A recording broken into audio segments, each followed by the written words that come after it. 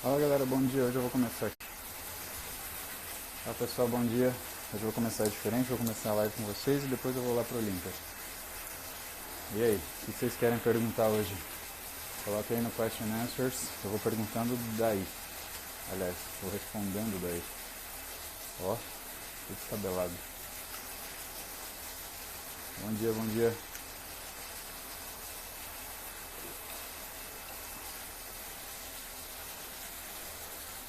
Bom dia, Daniel.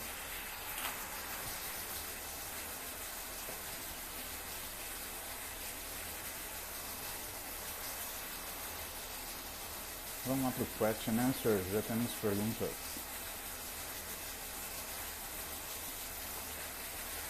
Nossa, Larissa, que pergunta grande. Falar sobre creatina dá pra gente ficar o dia inteiro aqui, acho que uns 2 dias até. Mas vamos resumir. Primeiro estudo sobre creatina, e aí quem me contou isso foi meu papai, professor Tasco. É de 1880 e bolinha, é uma coisa antiga, né? E é uma das coisas que mais tem comprovadamente efeito em termos de desempenho, capacidade de realização de trabalho e recuperação. A questão da creatina é que ela foi sendo redescoberta ao longo dos tempos em termos daquilo que ela seria capaz de trazer de benefício no esporte. E por mais que seja consolidado que ela melhore o rendimento, melhore a velocidade de recuperação, hoje os estudos mais recentes falam de melhora da capacidade cognitiva. Então tem um estudo de 2007 e 2008 que, utilizando-se creatina e aplicando-se testes de cognição, 2 testes distintos, eu não lembro o nome dos testes agora, mas 2 testes para testar a cognição, existe a melhora da função cognitiva, uma melhora grande, não é aquelas coisas que, teve uma discreta melhora, não, uma grande melhora. E eu particularmente, minha opinião sobre a creatina é, se você quer falar sobre desempenho e você não utiliza creatina, mesmo que você não utilize whey protein, mas você não utilize creatina, não tem por que a gente falar de desempenho, né? O primeiro suplemento que você vai encaixar é a creatina, tá? Se fosse uma ordem de prioridade, é a primeira coisa que eu coloco numa rotina onde eu quero desempenho. Depois eu vou colocando os outros suplementos aí, numa medida de necessidade e aproveitamento. Ei, Carlão! Bom dia, negão. E aí, meu filho, tá bom? Seu filho mais novo. Vamos pra próxima. Opa.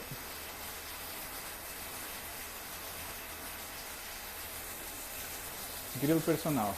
O uso de testosterona a longo prazo, mesmo com acompanhamento médico, quais os riscos mesmo em baixas doses? Grilo, é assim, acompanhamento médico não quer dizer nada. Você tem os mesmos riscos em qualquer situação. Se você for ver o trabalho de um sujeito chamado André Chernov, de 2007, ele mostra que a resposta à testosterona é uma curva em U. Quer dizer que ela muito baixa ou muito alta, ela vai acarretar problema para você. Qual foi o range que esse cara, ele propôs? Alguma coisa entre 288 nanogramas por decilitro e 951 nanogramas por decilitro. Isso para ele são os limites inferiores e superiores do que você pode viver com testosterona.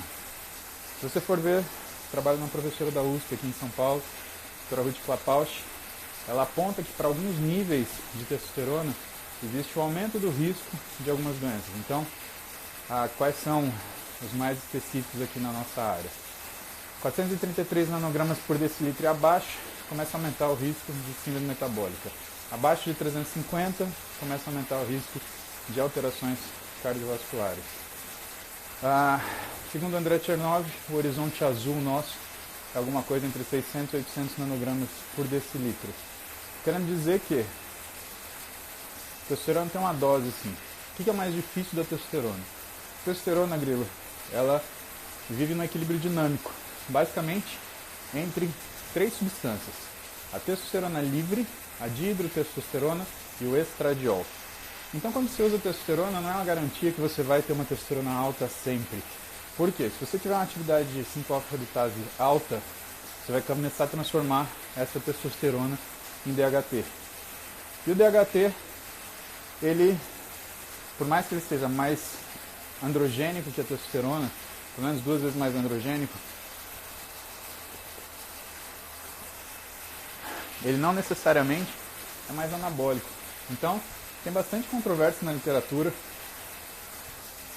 mostrando que a testosterona livre mantida é melhor do que uma variação de DHT alto. Lembrando que DHT tem alguns sítios de ação mais intensos, né, que são eles: couro cabeludo, pele, né, no couro cabeludo ele aumenta o eflúvio, faz você ter queda de cabelo.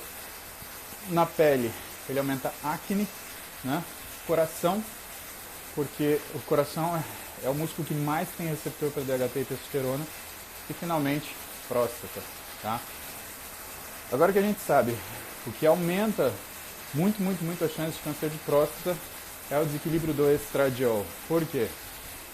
Porque na formação do estradiol via aromatização, você tem a formação do metabólito chamado 16-alfa-hidroxistrona. E esse negócio, ele é altamente carcinogênico. A questão é, lembra que eu falei para vocês que a testosterona ela vive em equilíbrio, ou ela se mantém em equilíbrio com 3 substâncias: testosterona livre, DHT, qual é a terceira? Estradiol. E o estradiol, nesse caso, quando você vê o sujeito que usa testosterona e está altamente inibido, é por conta dele. O estradiol ele faz uma inibição no hipotálamo hipófise muito mais intenso que a testosterona. Isso quer dizer que o homem é preparado para viver até com níveis um pouco mais altos de testosterona. 700, 800. Você encontra isso sem estar inibido, desde que o seu nível de aromatização não esteja alto. Quando ele começa a aromatizar, ele tem um bloqueio da síntese de testosterona e aí a coisa fica muito difícil. Por isso que beta-HCG não é resposta para você fazer TPC, porque ele aumenta muito o estradiol, às vezes até em 700%, dependendo da dose, e isso faz com que você piore o bloqueio que você tem. Tá? Então, se você vai usar baixa dose de testosterona, você vai ficar com uma baixa testosterona e às vezes de forma sustentada você tem uma testosterona mais alta, não tem porquê. Né? É melhor você ficar no seu equilíbrio normal, mantendo aquilo que você tem, que você perturbar isso e ficar com uma testosterona mais baixa. Eu já peguei muito paciente, você pegava o exame antigo dele, 700, 800 de testosterona, e aí resolviam fazer uma suplementação. A testosterona no caboclo caía para 450. A coisa mais tola do mundo. Então não existe isso. Se tá bonito, não mexe. Não mexe, você vai ter pior em vez de você ter ganho. Tá? Lembrando que dá pra gente fazer recuperação glandular? Dá. Foi o tema da minha aula no Congresso de Endócrino em Recife, 3, 4 semanas atrás. Tá? Agora, nunca volta igual. Igual, não volta. Tá? Então, se você tem isso bom, se você tem isso normal, não mexe, você vai criar problema. E acompanhamento médico não quer dizer que vai dar certo. Tá? Ô Cadu, obrigado aí pelo carinho, hein?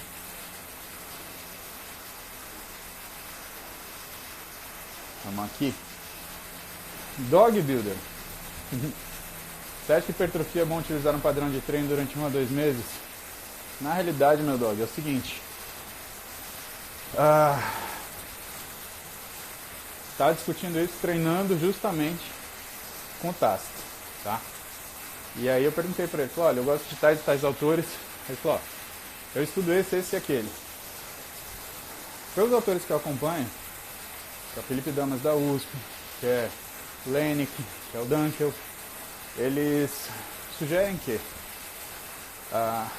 o tempo que demora para você atingir uma velocidade de hipertrofia máxima é da ordem de 10 a 12 semanas. Então, teoricamente, você teria que fazer o mesmo treino durante 10 a 12 semanas antes de você chegar no nível máximo de hipertrofia que ele pode causar.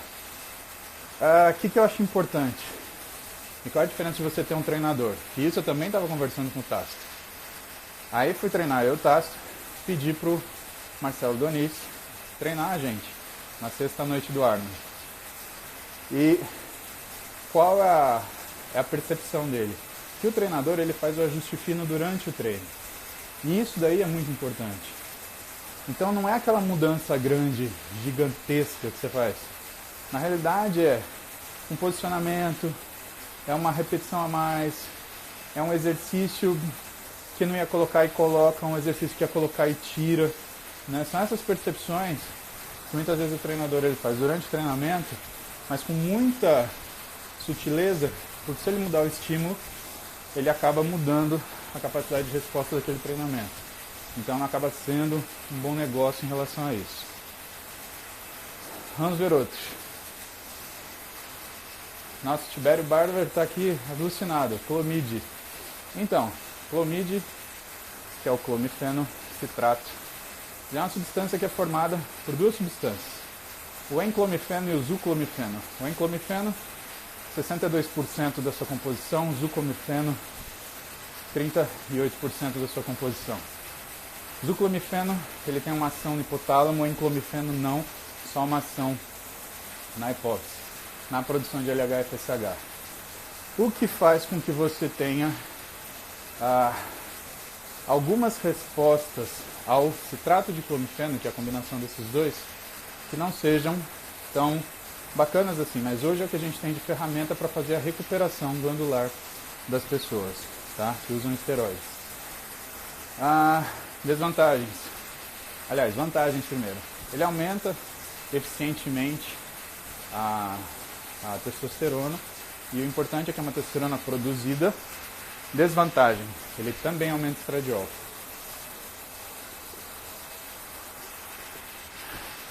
O clomifeno é um SERM, não SARM.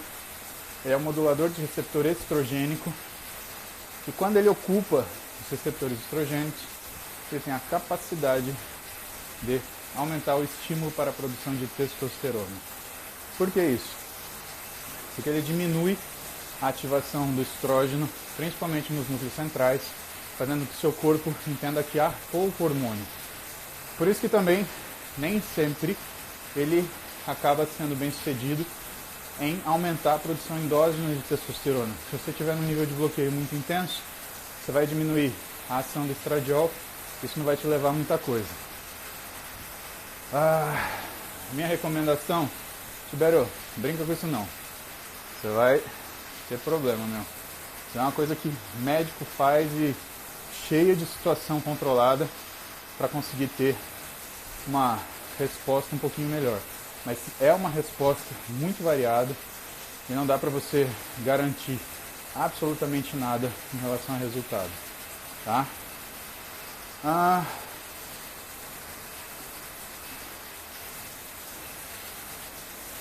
Oi, Muzi, fala sobre a suplementação de leucina isolada e associação na insulina. Existe mesmo. O primeiro trabalho que eu vi sobre isso é do Luc Van Loon, que é um holandês.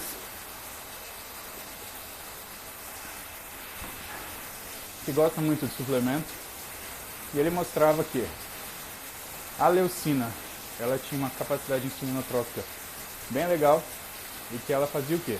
Se você tomasse ela depois do treino, logo depois do treino, isso no trabalho dele, no trabalho de 2007, ele aumentava o pico de insulina pós-treino, ou causava um pico de insulina pós-treino.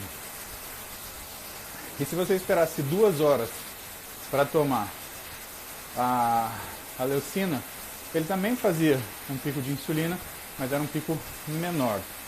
E a partir daí, muita gente começou a usar BCA, que é rico em leucina, né? Ou a própria leucina isolada depois do treino. Acontece com os anos de pesquisa, foi se percebendo que a leucina isolada não é tão eficiente quanto quando ela está combinada com os outros aminoácidos de cadeia ramificada, isoleucina e valina. Só que a aula do Tipton, 2 semanas atrás, que ele estava mostrando que a leucina ela é quase como se fosse um agente ligante do emitor.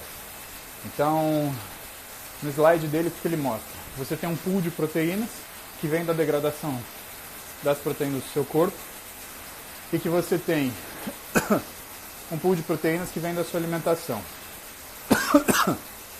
E você tem, portanto, um estímulo para a síntese proteica a partir disso. Quando você tem exercício resistido, é um trabalho do Brad Schoenfeld, você tem tensão estimula a síntese proteica via ação no mTOR. E o Tipton ele mostra que, na aula dele, que a leucina ela é uma outra forma de você ativar mTOR-AKT, tá? Para você ter recrutamento de mionúcleo e, portanto, você ter hipertrofia muscular. O que é interessante? Ele fala, olha, a leucina, ela liga o processo de síntese proteica, mas não que ela o sustente, por quê? Ela vai utilizar a proteína da dieta e da quebra proteica do teu organismo para fazer mais músculo. Então, ela não vai te dar músculo, ela vai ser mais uma coisa fazendo com que você ative os sistemas de síntese proteica, mas ela não vai sustentar a síntese proteica, tá? Acho que tem muita coisa ainda para a gente estudar nisso, e o fato é que minha experiência do consultório é variável. Tem pacientes que têm melhora, tem pacientes que não têm melhora, mas o que é difícil falar de um paciente clínico? Ele não é um atleta que tem uma vida completamente ajustada e regrada para ele ter desempenho. Ele trabalha, ele viaja, ele tem restrição de sono, ele tem que suplementar porque muitas vezes ele não consegue fazer a refeição sólida na hora certa. Ele tem horários que não são horários ideais de treinamento. Muitas vezes ele treina sozinho, não tem um treinador. É difícil, pessoal, vocês colocarem um fato isolado e ele responder pela melhora ou pela piora desse paciente. Então, tudo sugere que, para você ganhar massa muscular, você melhorar o seu físico, você precise um conjunto de situações que você se combinem para que você tenha esse efeito, tá? Então, nunca uma coisa isolada. Por isso, quando vocês verem alguém exaltando uma substância ou destruindo uma substância, não é por aí, tá? Tudo é ferramenta. O que determina se aquilo é bom ou não é a tua capacidade de compreender a situação da pessoa e aí sim determinar a utilidade daquilo. Vou responder mais uma pergunta só, que eu já estourei de tempo. Vamos ver aqui.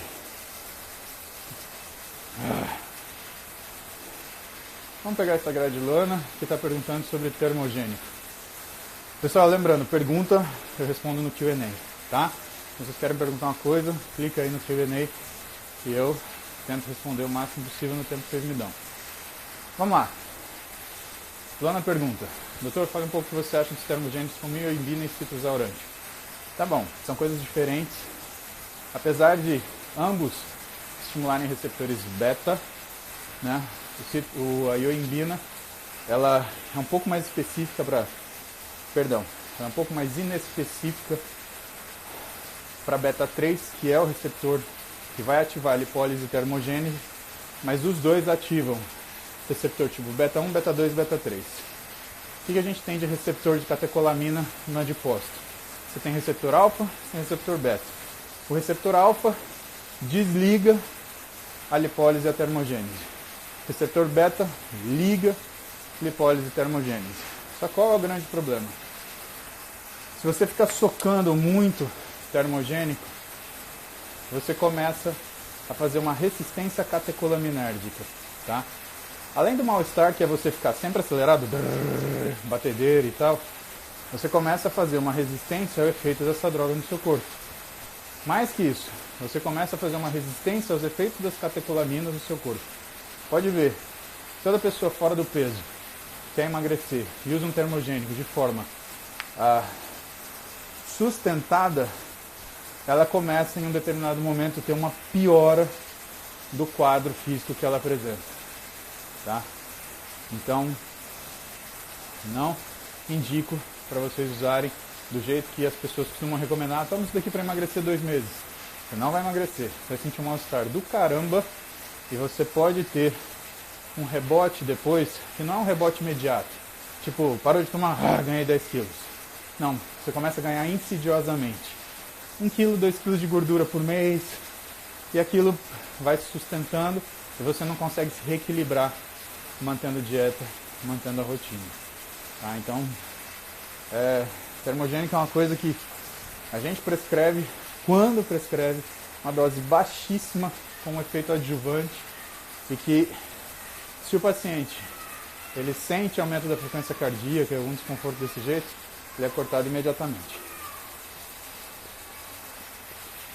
Meu, coitada da minha gatinha, tá no fio. Ó, 8h50 preciso ir. Beijo pra vocês, a gente se vê amanhã. Até mais.